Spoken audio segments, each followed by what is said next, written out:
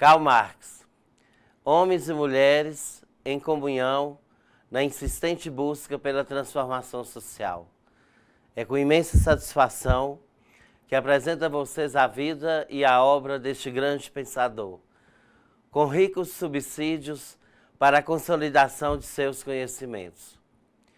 Caros acadêmicos, a obra e o legado deixado por Karl Marx é uma tentativa feliz de desvendar o oculto incrustado nas instituições e ideologias que se formam no decorrer dos tempos, principalmente em períodos de governos descomprometidos com o bem-estar social da grande massa trabalhadora.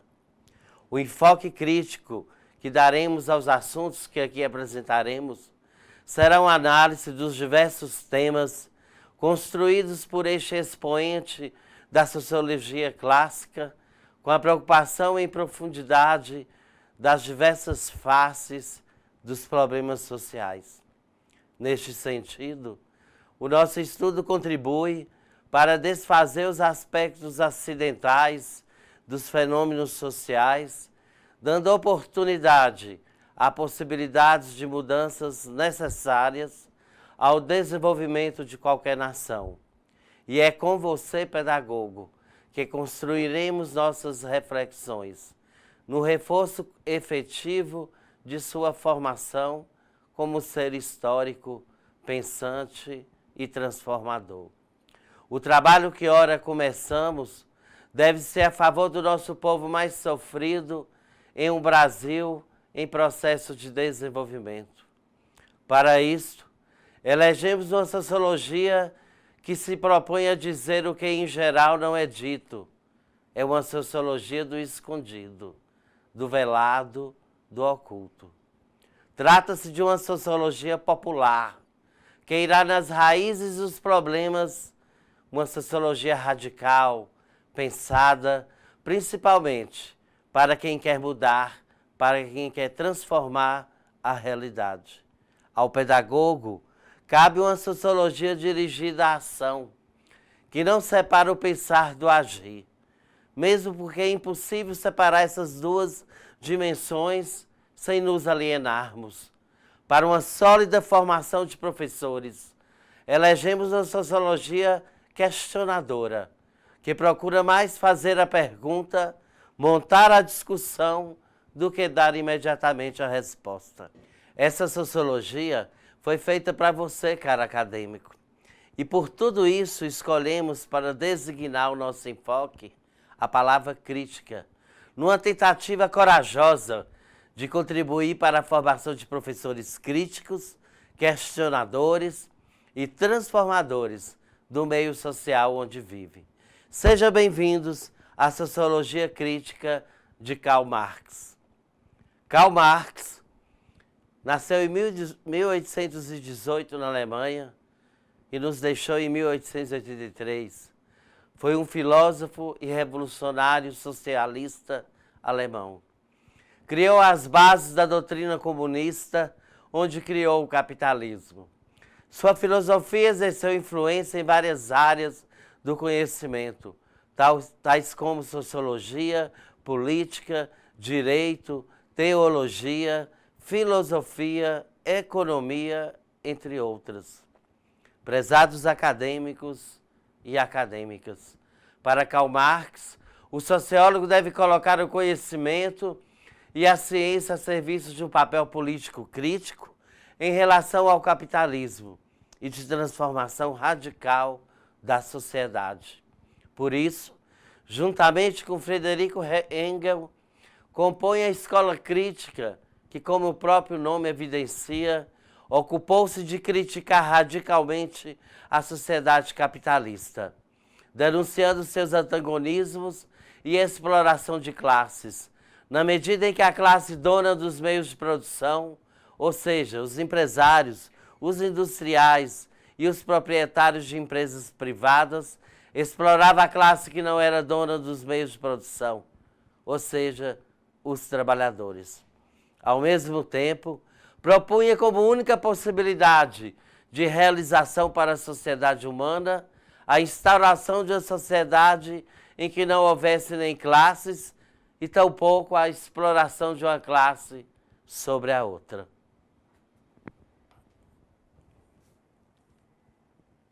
Para Karl Marx, o sociólogo deve colocar o conhecimento universal e os recursos da ciência a serviço de um papel político crítico em relação ao capitalismo, e que esta mesma ciência esteja a serviço da transformação radical da sociedade. Para isto, Karl Marx tinha como objeto de estudo a sociedade capitalista e possuía 2 métodos para análise dessa sociedade. Um desses métodos é o método da dialética. É uma forma de explicar a realidade em constante mudança. Para Marx, os fenômenos sociais estão em mudança contínua, gerando novos fenômenos, ou seja, uma sociedade dinâmica em processos contínuos de transformação.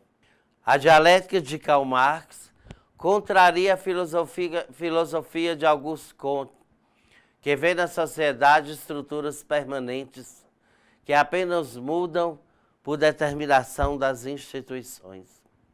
Para Karl Marx, o povo, os trabalhadores, era o principal motor da história de transformação social. O outro método de análise é o materialismo histórico. Mas o que é materialismo histórico? O materialismo histórico de Marx entende que os processos de mudança social são movidos pela realidade material dos indivíduos. Isso quer dizer que em diferentes situações materiais, o que em uma sociedade capitalista traduz-se em situação econômica, é o motivo real de conflitos entre os grupos de indivíduos submetidos a realidades materiais diferentes.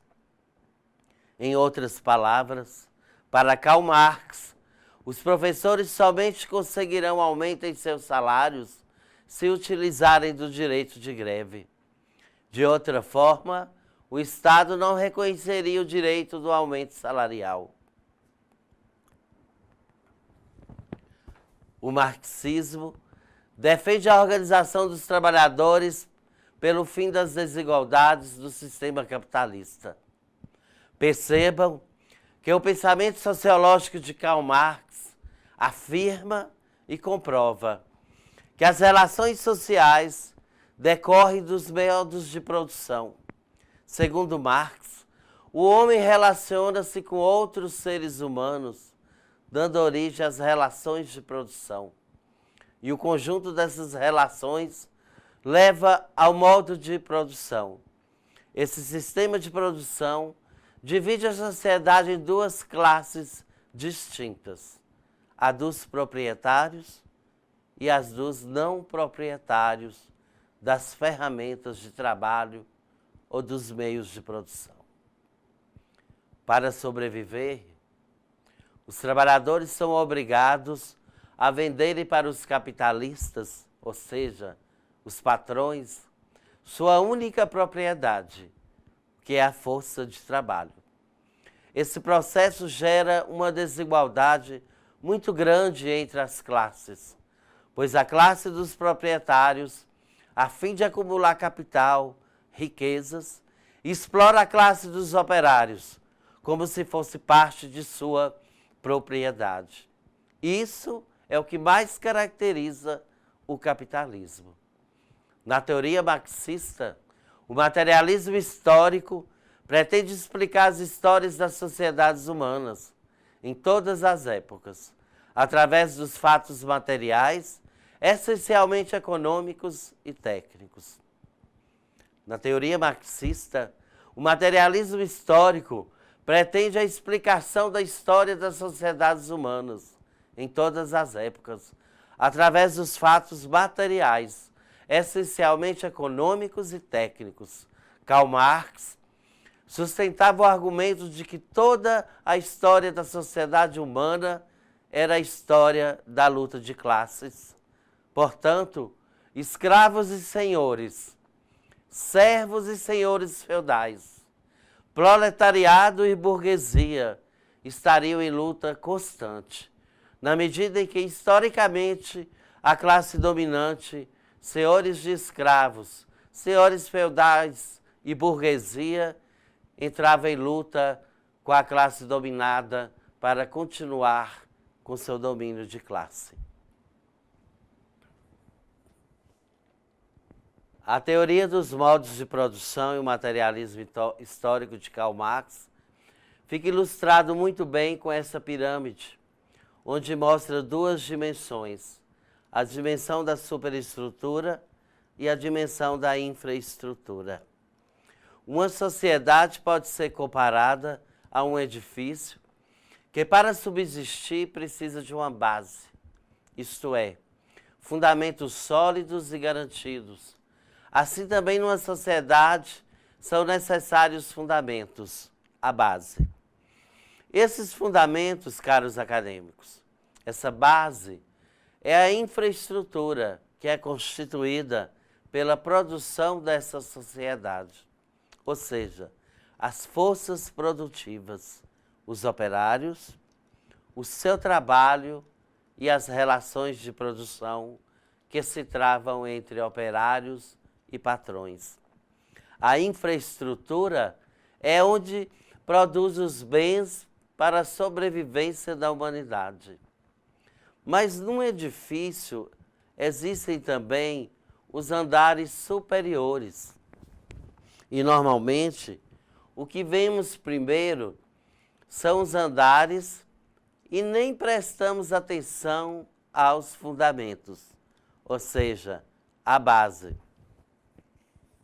Mas se tirarmos a base de um edifício, os andares caem.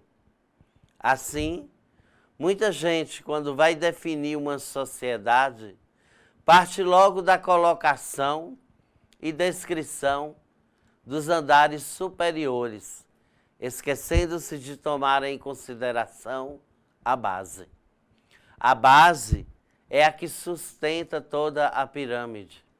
Então, a partir da ilustração, podemos entender que a superestrutura é constituída pelo Estado e seus governantes, bem como pelos donos dos meios de produção, os empresários e industriais, e a infraestrutura pelos trabalhadores que vendem a força de trabalho para sobreviverem. Nessa relação antagônica, o Estado, ou seja, a superestrutura, representada pelo governo, apoia os donos dos meios de produção, em detrimento da massa trabalhadora que luta e trabalha para sustentá-los. Veja em livros de história, prezados alunos, até mesmo de sociologia, quando vão definir o Brasil, por exemplo, vão logo dizendo que o Brasil é uma república federativa, constituída de estados, cujo governo é constituído por 3 poderes. Examine você mesmo e verá o que eu estou lhes dizendo. Nessa definição de Brasil, começou-se pelos andares superiores, por aquilo que a Constituição atual diz ser o Brasil. Mas nada se diz da maneira como os brasileiros conseguem as coisas para comer, para morar e se vestir. E sem comer, ninguém vive. Os que prestam atenção na base de uma sociedade vão definir o Brasil de uma maneira bastante diferente. Vão dizer que o Brasil é um modo de produção capitalista, isto é, que no Brasil há uma maneira especial de se conseguir as coisas. Alguns são donos dos meios de produção e a grande maioria trabalha como empregado, rala e sofre para sustentar todos os demais.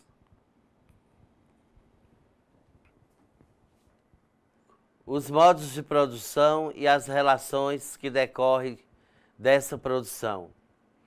Os modos de produção são divididos entre forças de produção e relações de produção. Todo o processo produtivo dentro de uma sociedade, ela possui as forças que trabalham e as relações que essas forças têm com os donos dos meios de produção.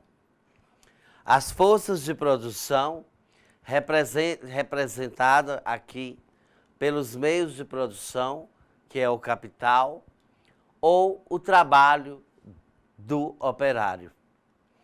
As relações de produção, no modo de produção primitivo, das comunidades ainda primitivas, essas relações eram de colaboração mútua.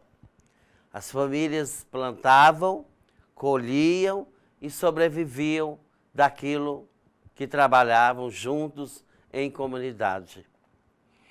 No sistema escravista, o escravo, além de ser considerado uma mercadoria de compra e venda pelo senhor de escravos, a relação de produção era de submissão. No sistema feudal, no feudalismo, essas relações passavam de submissão para servidão. Os servos trabalhavam nas terras do senhor feudal e parte do seu trabalho era para a sua própria sobrevivência e da sua família. Mas as relações que se travavam eram de servidão aos donos da terra. O capitalismo trouxe uma nova relação de produção, que é a de exploração. A tão sonhada sociedade socialista, o sistema socialista, que traz no seu bojo uma relação de produção, de socialização das riquezas, ou seja, os lucros, as riquezas produzidas pelo trabalhador também são divididas entre patrão e operário. Então o quadro ilustra, prezado acadêmico, como que o sistema capitalista acontece na prática. Nas relações de produção, onde há a socialização da riqueza, é o modo de produção socialista ou comunista. Seria o último estágio da humanidade, conforme Karl Marx. Trabalhadores e patrões se dividiam entre os lucros e as riquezas produzidas dentro do processo de produção.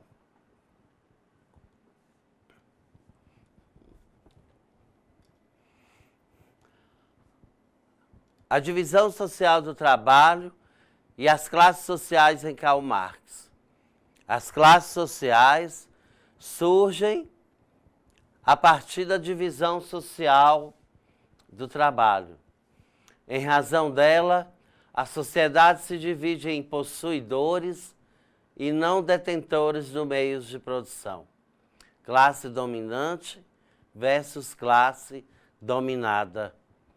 O Estado aqui representa os interesses da classe dominante, representada pelos empresários, industriais, donos dos meios de produção. E cria para isso inúmeros aparatos para manter a estrutura da produção e a opressão da classe trabalhadora. Neste caso, o Estado se denomina de neoliberal, admitindo-se liberdade de mercado e dos processos de produção. Isto, numa sociedade dividida em classes, como a brasileira, causa miséria, fome e exclusão.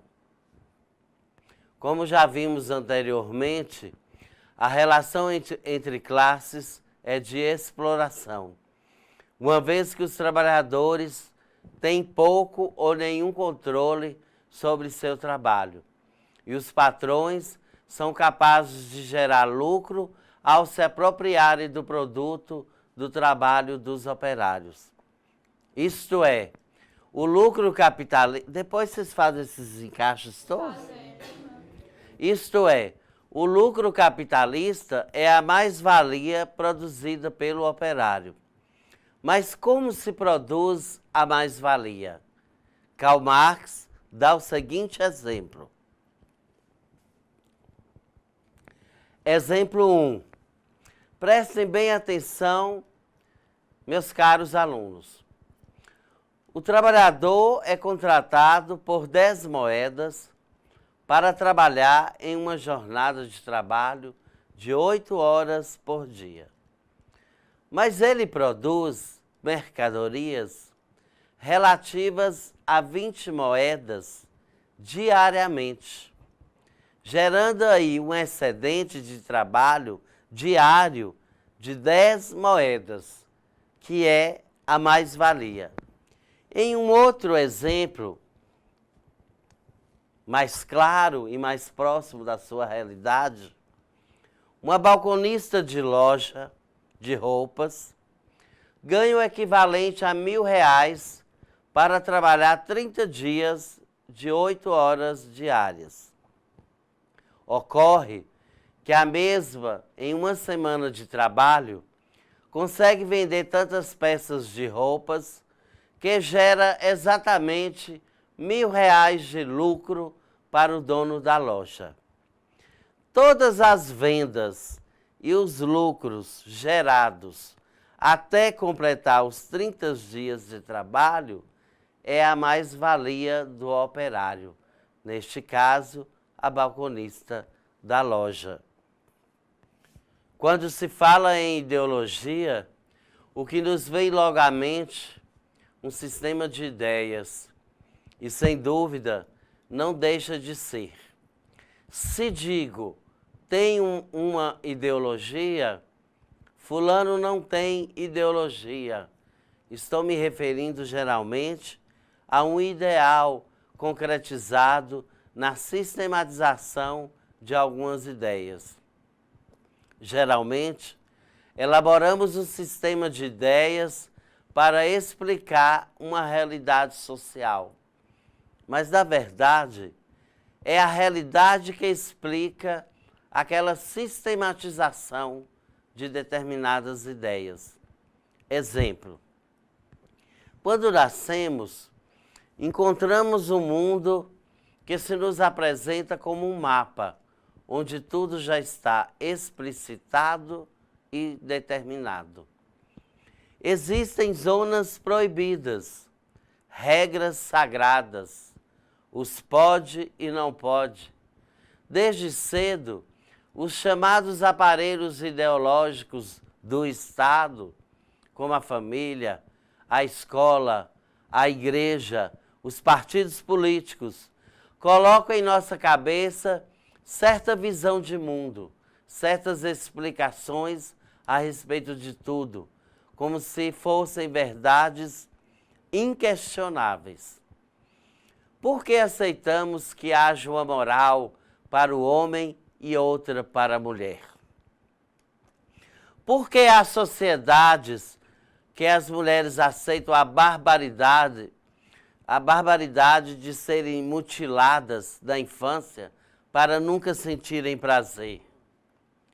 Como o trabalhador aceita uma situação em que ele mal ganha para sobreviver, enquanto o patrão se enriquece a cada vez mais? Como não perceber o absurdo das classes sociais em que uma vive da exploração e da dominação da outra? Por que uma realidade social é conservada? Como explicar que uma realidade, às vezes até cruel, seja aceita como normal e natural?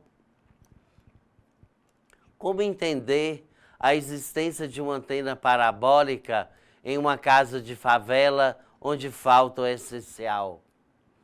Por que as pessoas miseráveis contemplam, maravilhadas, vitrines repletas de produtos que lhes são inteiramente inacessíveis? Aí somos remetidos exatamente à questão da ideologia, que é o obscurecimento da realidade para favorecer uma determinada classe dominante. As pessoas aceitam situações tão revoltantes como naturais porque foram condicionadas desde cedo a verem-nas como certas. E o problema da ideologia é tão sério, o trabalho de condicionamento é tão bem feito e tão antigo, que os próprios membros da classe dominante acham muito natural. Veja exemplos de ideologias. As coisas são assim mesmo. Alguns nascem para ser pobres. É natural ser pobre. Todo trabalho é digno do homem. E sobre aqueles que tiram do homem a dignidade? Enquanto o positivismo representou uma preocupação com a manutenção da ordem capitalista, o marxismo procurou realizar uma crítica a este tipo de sociedade, colocando em evidência as contradições. O representante maior dessa crítica foi Karl Marx, auxiliado por Friedrich Engels. Ambos demonstraram grande preocupação em provar que o capitalismo seria um acontecimento transitório diante do aparecimento iminente de uma classe revolucionária no seio da sociedade capitalista. Essa revolução seria dada pelo descontentamento dos operários diante da superestrutura, ou seja, do Estado, representado por governos descomprometidos com os interesses da classe trabalhadora. Nesse sentido, os detentores de capital, chamados de capitalistas, proprietários dos meios de produção, formariam a classe dominante, utilizando a ideologia para manipular os proletários. O termo proletário é usado por Marx para designar os despossuídos, que só têm como capital sua mão de obra, vendida aos capitalistas em troca de um salário. Na realidade, a palavra não era nova. Sua origem remonta à Roma antiga, significando, a partir do latim, aquele que só tem como propriedade a sua prole, já que os filhos e a esposa do trabalhador podiam servir de garantia para contrair empréstimos.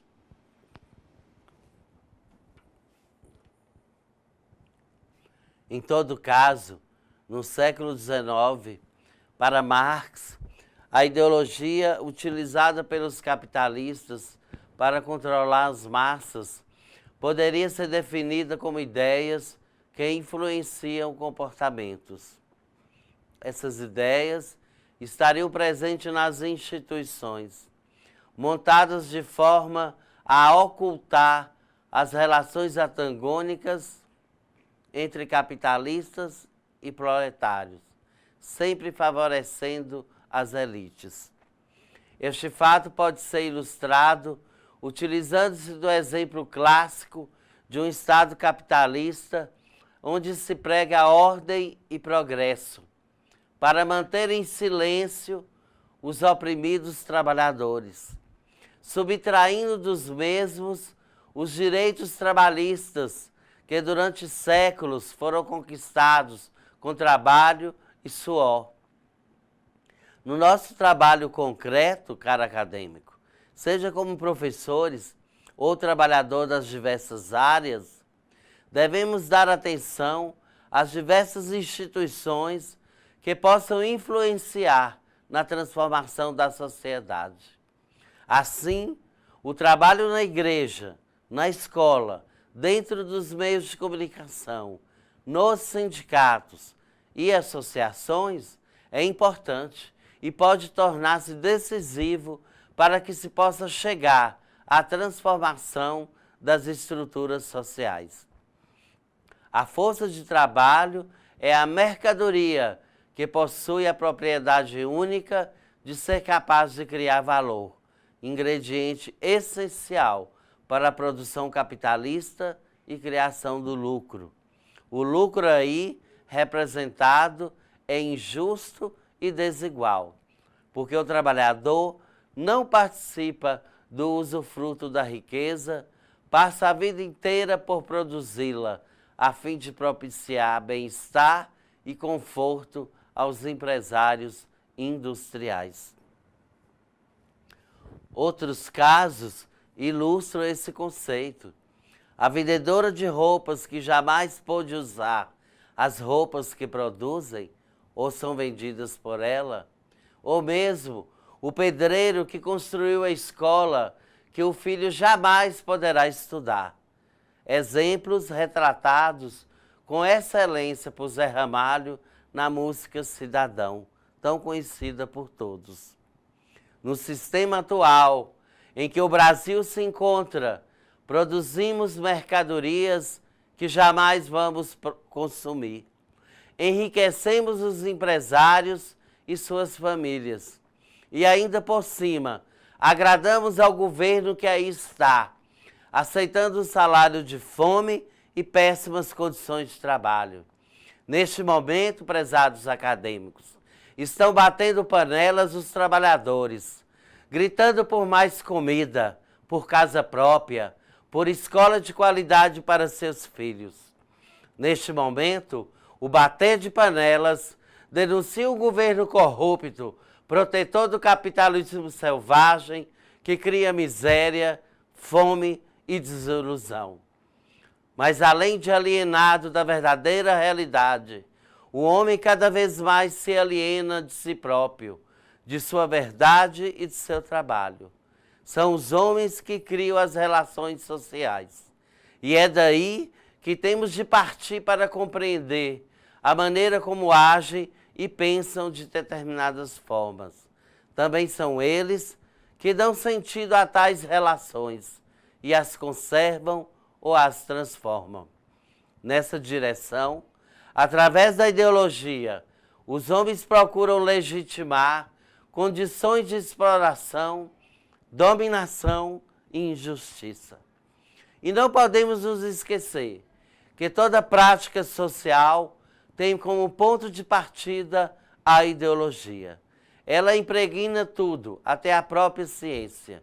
Por isso é preciso cuidado ao filosofar, porque sem o percebermos, podemos estar sendo governados pela ideologia. Ideias que a priori já estão estabelecidas em nossas mentes. Podemos, sem querer, estar fazendo o jogo do poder desde o momento em que levantamos as questões que vão dirigir o nosso pensar e as nossas vidas. Prezados acadêmicos, Gramsci foi um grande pensador intelectual, um francês brilhante, e como Marx, seguidor de Marx, disse: odeio os indiferentes, como Frederico Rebel. Acredito que viver significa tomar partido. Não pode existir os apenas homens estranhos à cidade. Quem verdadeiramente vive não pode deixar de ser cidadão e partidário. Indiferença é abulia, parasitismo, covardia, não é vida. Por isso, odeio os indiferentes. Antônio Gramsci. Caros acadêmicos e acadêmicas, é dessa forma, portanto, que para Karl Marx afirma se relacionar capital, trabalho e alienação, promovendo a coisificação dos trabalhadores, isto é, tornando-o objetivo como as coisas são. Uma vez alienado o trabalhador, o capital dita regras que devem ser seguidas passivamente pelos operários. Assim como Marx, Antônio Gramsci deixa sua mensagem. a tomada de consciência de classe, uma sólida formação política, a participação em associações e sindicatos e a revolução são as únicas formas para a transformação social. Estamos encerrando esta aula, meus caros alunos da pedagogia, afirmando que esta base filosófica, cercada de preocupações históricas e sociais, são o alicerce a partir do qual o marxismo propõe uma compreensão de todas as demais ciências e a compreensão do real e do cotidiano, sempre pautadas a partir dessa consciência. Hoje, o marxismo continua tendo importantíssima influência em diversas áreas do conhecimento e suas teorias e conceitos ainda bastante revisitados. Ademais, é importante notar que esses escritos continuam ainda servindo de respaldo teórico para as discussões de cunho social e especialmente para a organização de muitos movimentos sociais. Marx já dizia: proletários de todo o mundo, univos. Não é somente um grande final para um grande livro ou uma grande aula de sociologia. Encerra, talvez, sua principal ideia política em forma de programa. Por isso, Marx dispensou esforços gigantescos para colocar de pé, em 1864, uma organização internacional de trabalhadores que acabou por influenciar todo o planeta e se tornou as raízes da Revolução Russa de 1917. Proletários de todo o mundo, univos, que há tantos anos escrito o Manifesto Comunista, cuja mensagem nos revela que sejamos guardiões dos nossos direitos, que sejamos guardiões do direito de comer, do direito de vestir e de morar da grande massa trabalhadora brasileira.